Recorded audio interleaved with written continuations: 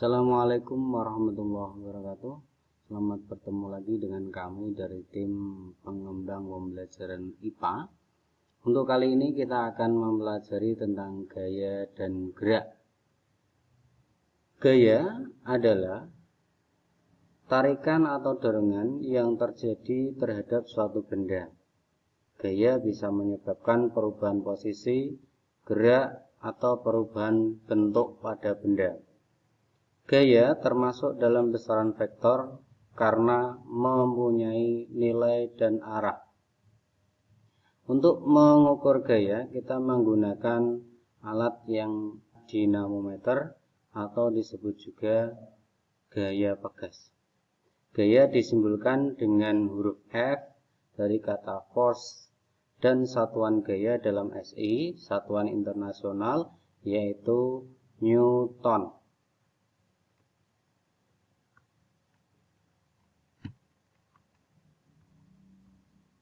Pengaruh gaya terhadap suatu benda bisa dilihat. Yang pertama, benda diam menjadi bergerak, benda bergerak menjadi diam, perubahan bentuk benda, perubahan arah gerak benda. Berdasarkan penjelasan di atas, maka dapat disimpulkan bahwa gaya mempunyai beberapa sifat. Yang pertama, gaya dapat mengubah arah gerak benda, gaya dapat mengubah bentuk benda, gaya dapat mengubah posisi benda dengan cara menggerakkan atau memindahkan. Macam-macam gaya. Yang pertama adalah gaya tak sentuh, yaitu suatu gaya yang akan bekerja tanpa terjadinya sentuhan. Artinya, efek dari gaya yang dikeluarkan oleh sumber gaya tetap bisa dirasakan oleh benda meskipun mereka tidak bersentuhan, seperti gaya gravitasi, gaya magnet, dan gaya listrik. Yang kedua adalah gaya sentuh, yaitu suatu gaya yang akan bekerja karena adanya sentuhan. Artinya, suatu gaya akan menghasilkan efek jika terjadi sentuhan dengan benda yang akan diberikan gaya tersebut. Jika tidak terjadi sentuhan, maka gaya tidak akan bekerja pada benda. Gaya ini akan muncul ketika benda bersentuhan dengan benda lain yang menjadi sumber gaya. Contohnya adalah gaya gas, gaya otot, dan gaya gesek. Resultan gaya. Resultan gaya ini diartikan sebagai gabungan dari dua gaya atau lebih. Untuk yang pertama, yaitu dua gaya yang searah. Resultannya adalah penjumlahan dari kedua atau lebih gaya. Yang kedua, dua gaya yang berlawanan arah. Resultannya didapatkan dari selisih dari kedua gaya atau lebih gaya. Maka dituliskan dari R sama dengan F1 dikurangi F2. Contohnya adalah pada kegiatan tarik tambang. Yang ketiga adalah dua gaya dengan arah tegak lurus. Untuk mendapatkan resultannya, maka kita menggunakan persamaan rumus Pythagoras, yaitu R sama dengan akar dari F1 kuadrat ditambah F2 kuadrat. Ini penjelasan mengenai gaya. Yang selanjutnya adalah hukum Newton.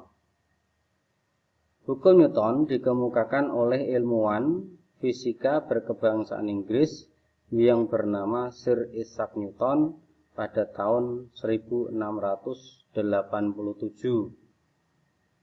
Dia berhasil menemukan hubungan antara gaya dan gerak.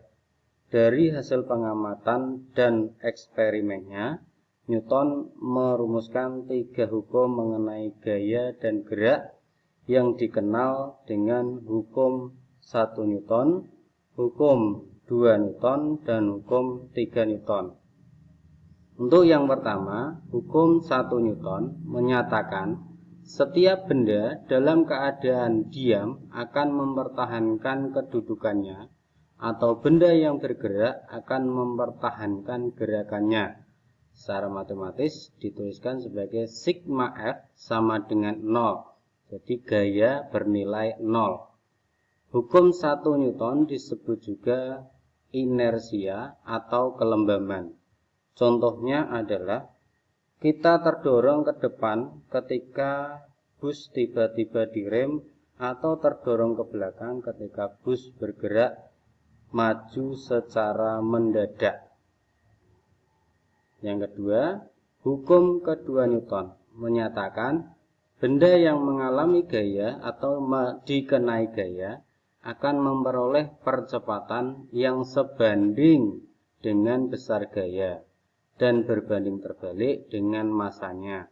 Secara matematis bisa dituliskan A sama dengan F per M atau F sama dengan M kali A, di mana F adalah gaya yang bekerja dengan satuan Newton, M adalah massa benda dengan satuan kilogram, dan A adalah percepatan gerak benda dengan satuan meter per sekon kuadrat.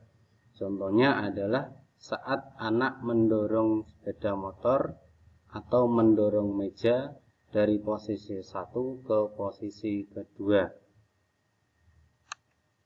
Yang ketiga adalah hukum 3 Newton, menyatakan jika sebuah gaya yang diberikan pada benda sebagai gaya aksi, maka akan mendapatkan gaya yang sama besar dengan arah yang berlawanan sebagai gaya reaksinya.